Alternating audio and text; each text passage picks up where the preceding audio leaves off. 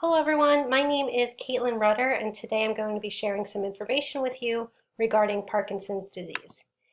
In this presentation, I'm going to review a little bit about the brain and how it coordinates movement. We'll tie that into exactly what Parkinson's disease is, the different causes, symptoms, and treatment plans for Parkinson's disease.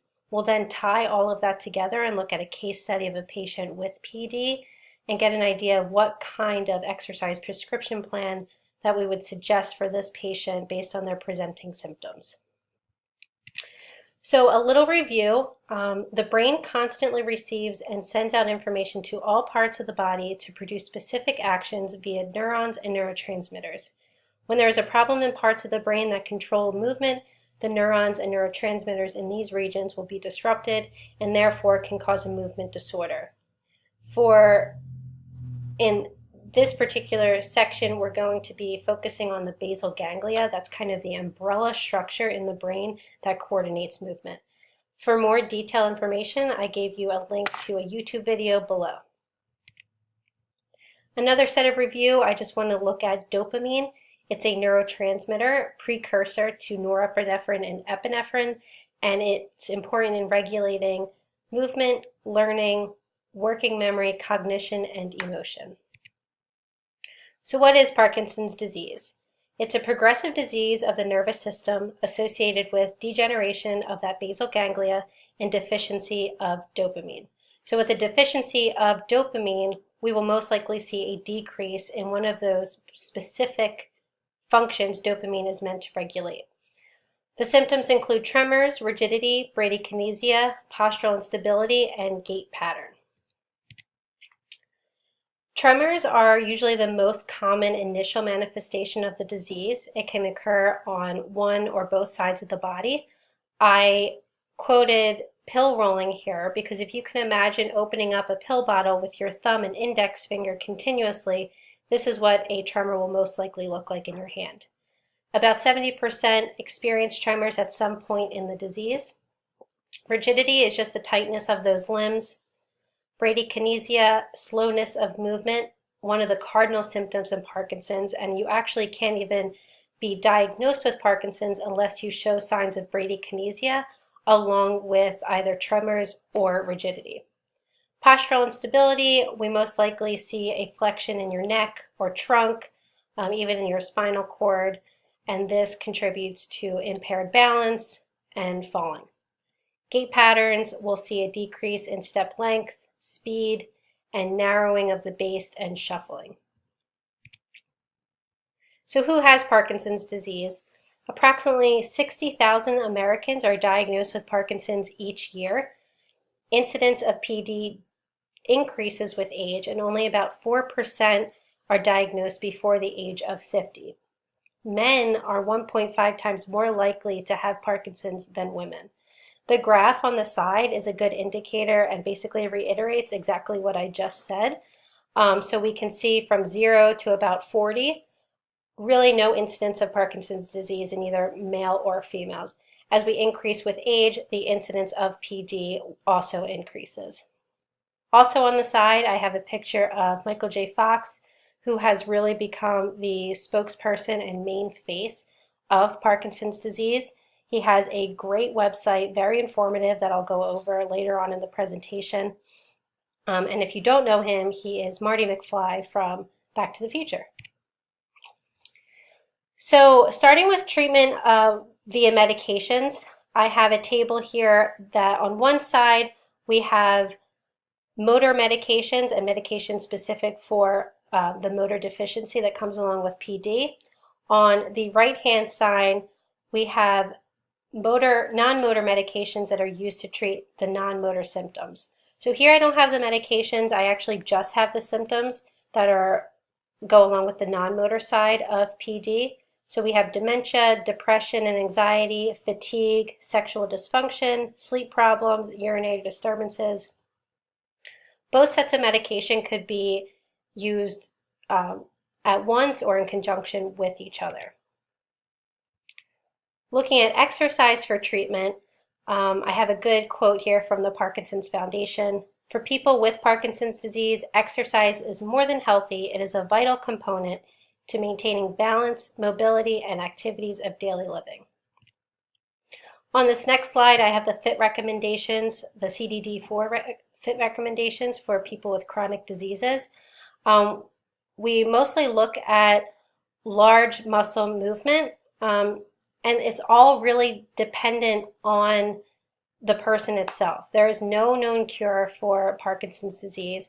Every type of treatment is going to be specific for that person. So we can see here under aerobic and type, they recommend walking as a basic exercise program. Obviously, if your patient has imbalance issues, we will probably put them in a recumbent bike to get that same type of activity going.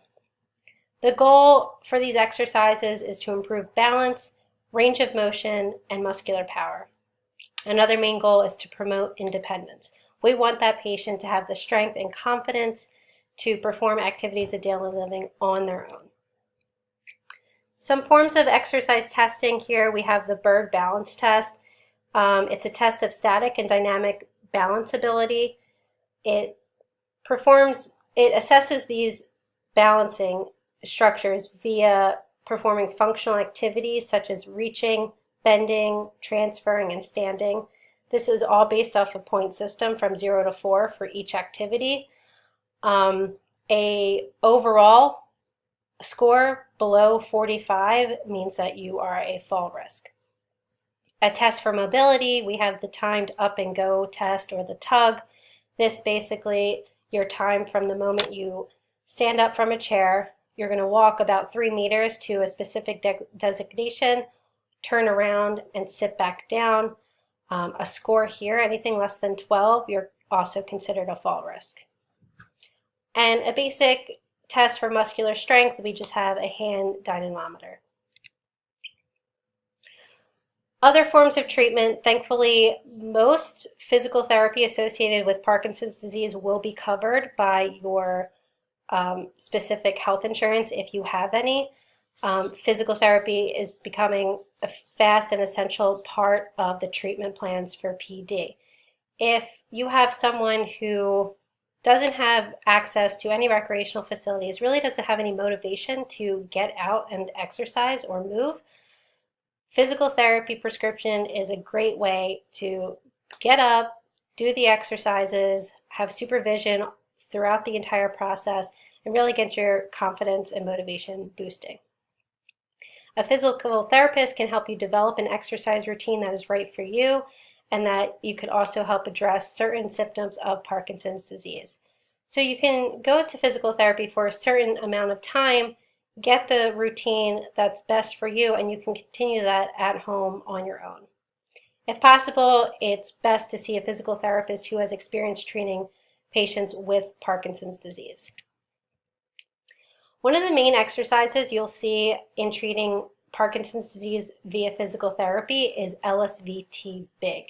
It was formed from the principles of LSVT Loud by a voice therapist whose treatment focus was on loudness by stimulating the muscles of the voice box.